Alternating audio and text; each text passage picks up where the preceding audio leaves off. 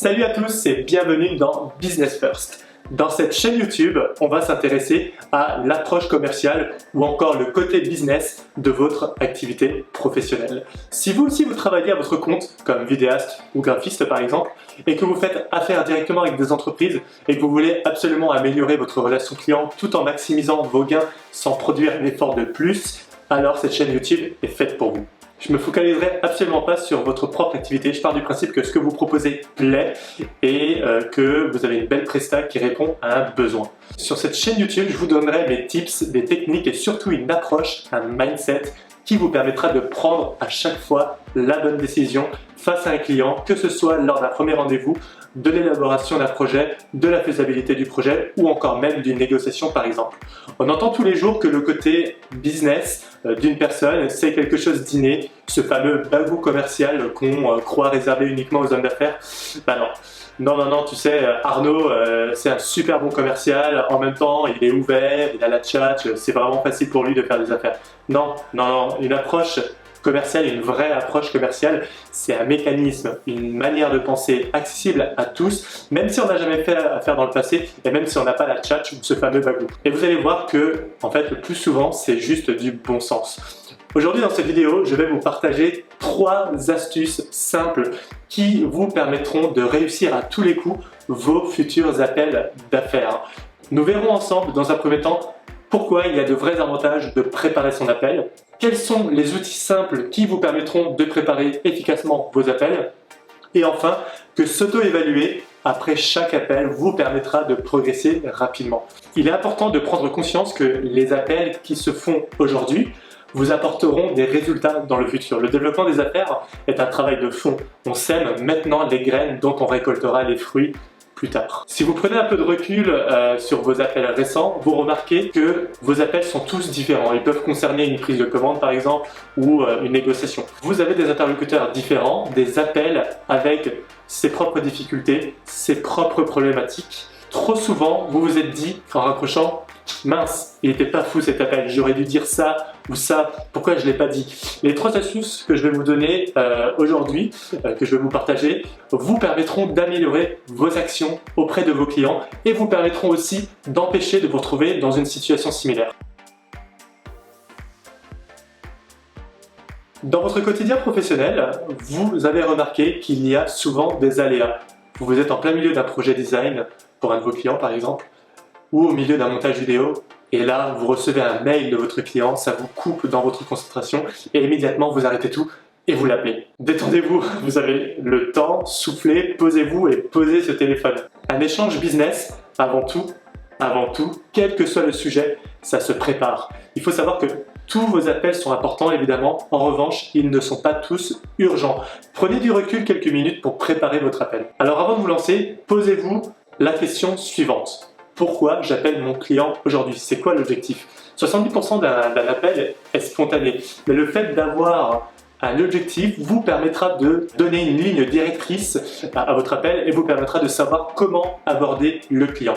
En préparant systématiquement vos appels importants, vous bénéficierez de 3 avantages.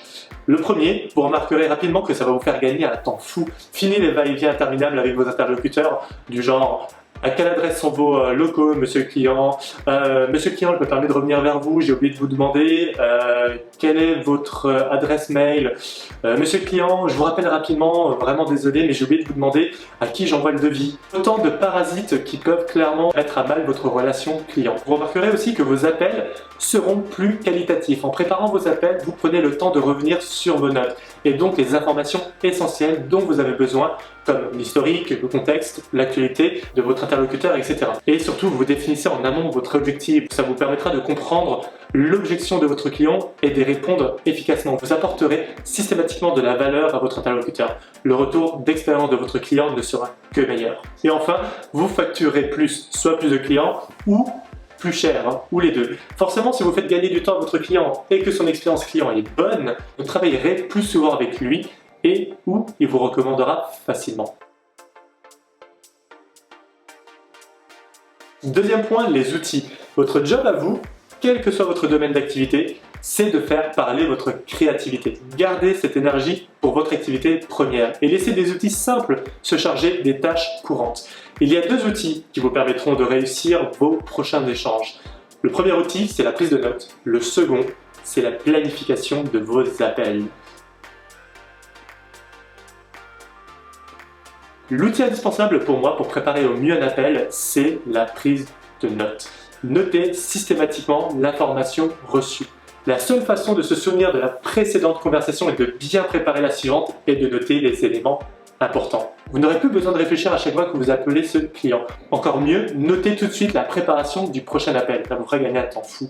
La prise de notes, considérez que c'est un peu comme votre mémoire. Une fois que l'information y est, plus besoin d'y penser, vous pouvez vous concentrer sur autre chose, vous pouvez mettre vos efforts sur la créativité. Une astuce gagnante, dès la fin de l'appel, préparez votre objectif et vos questions pour le prochain appel dès maintenant, quand c'est encore frais dans votre esprit, et notez-le dans votre dossier client. Sinon, vous devrez y repenser à chaque fois. Pour prendre des notes, utilisez l'appli de votre ordinateur. Classez-les dans le bon dossier après votre échange. Assurez-vous aussi que vos notes sont bien dans un cloud pour les retrouver facilement sur votre smartphone et pour surtout ne jamais les perdre. Si vous travaillez avec des appareils Apple, l'appli que j'utilise c'est Burr. Elle est simple d'utilisation, la recherche de notes est ultra efficace, elle est basée en fait sur le principe des hashtags et ça me permet aussi de pouvoir ressortir un format type PDF très facilement. Je retrouve mes notes en 2 clics sur mon Mac ou sur mon iPhone. L'appli est payante, mais le gain de temps offert rentabilise largement les 20 € annuels. Je précise quand même que je suis absolument pas sponsorisé par Burr, mais pour moi c'est un super outil. Si vous êtes plutôt papier, prenez un calepin plutôt que des feuilles volantes, mais je vous conseille quand même le format électronique. Tout simplement parce que dicter vos mots ou les taper au clavier, ce sera toujours plus rapide que de les écrire avec un stylo. Et aussi, une fois dans le cloud, vos notes sont safe et ne seront jamais perdues. Un calepin, malheureusement, ça peut s'oublier dans un train. Une chose est sûre, vous serez ravi d'avoir vos notes avant votre prochain appel business. Planifiez vos appels. Il n'y a rien de pire que de s'engager auprès d'un client et de ne pas l'appeler. Vous allez vous retrouver à donner une vieille excuse pour vous justifier. Ça vous fera perdre toute votre crédibilité professionnelle, mais en même temps, nous ne sommes pas des robots, c'est humain d'oublier. Pour éviter de se retrouver dans ce genre de galère et pour gagner en professionnalisme auprès de vos clients, planifiez vos échanges. Il y a 2 avantages à cela selon moi. Le premier, ça apporte de la régularité à vos échanges et donc de la qualité à la relation que vous avez avec votre client. Ça vous permet aussi de pomper beaucoup moins d'énergie à se rappeler que vous devez appeler votre client tel jour ou telle heure. Une fois planifié, votre esprit sera moins encombré et disponible pour créer. Pour ce faire, utilisez un outil de planification. Ça peut être aussi bien votre to-do ou envoyer une invitation à votre client dans son calendrier et donc par conséquent dans votre calendrier. Ça peut être aussi un Excel ou encore votre boîte mail. Je sais que Gmail offre gratuitement la fonctionnalité de rappel pour relancer un client après un certain nombre de jours sans réponse de sa part ou encore la programmation d'un envoi de mail. Une fois que votre appel est terminé, planifiez immédiatement le prochain appel dans votre outil de planification tant que c'est encore frais pour vous. Enfin, 3e point, évaluez votre appel. Est-ce que ma relation avec le client a progressé? Est-ce que j'ai plus d'informations qu'avant mon appel? Si les réponses sont oui, c'est super, ça veut dire que vos appels étaient certainement excellents. Sinon, qu'est-ce que j'ai manqué? Comment j'aurais pu faire autrement? Que faire la prochaine fois? Autant de questions à se poser pour être meilleur d'appel en appel. La meilleure façon de progresser, c'est de se tromper. Il n'y a pas d'échec que des apprentissages, à condition de prendre le temps d'y réfléchir et d'en tirer les leçons. On arrive à la fin de la vidéo. Pour résumer, la clé pour réussir ces échanges business, c'est la préparation. On est toujours dans le feu de l'action, on a la tête dans le guidon, on a des deadlines à respecter. Lever la tête, prendre un peu de recul, avoir du temps pour soi, pour la réflexion, vous permettra de préparer vos appels dans les meilleures conditions.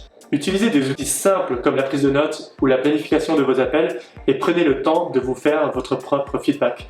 C'est ça le secret pour obtenir un échange qualitatif avec votre client et donc par définition de réussir vos appels. J'espère que cette vidéo vous a plu. Si c'est le cas, je vous invite à mettre un pouce bleu, à partager la vidéo autour de vous et surtout à vos potes entrepreneurs. N'hésitez pas à me dire en commentaire ce que vous en avez pensé ou à me poser vos questions, je serai ravi de pouvoir y répondre.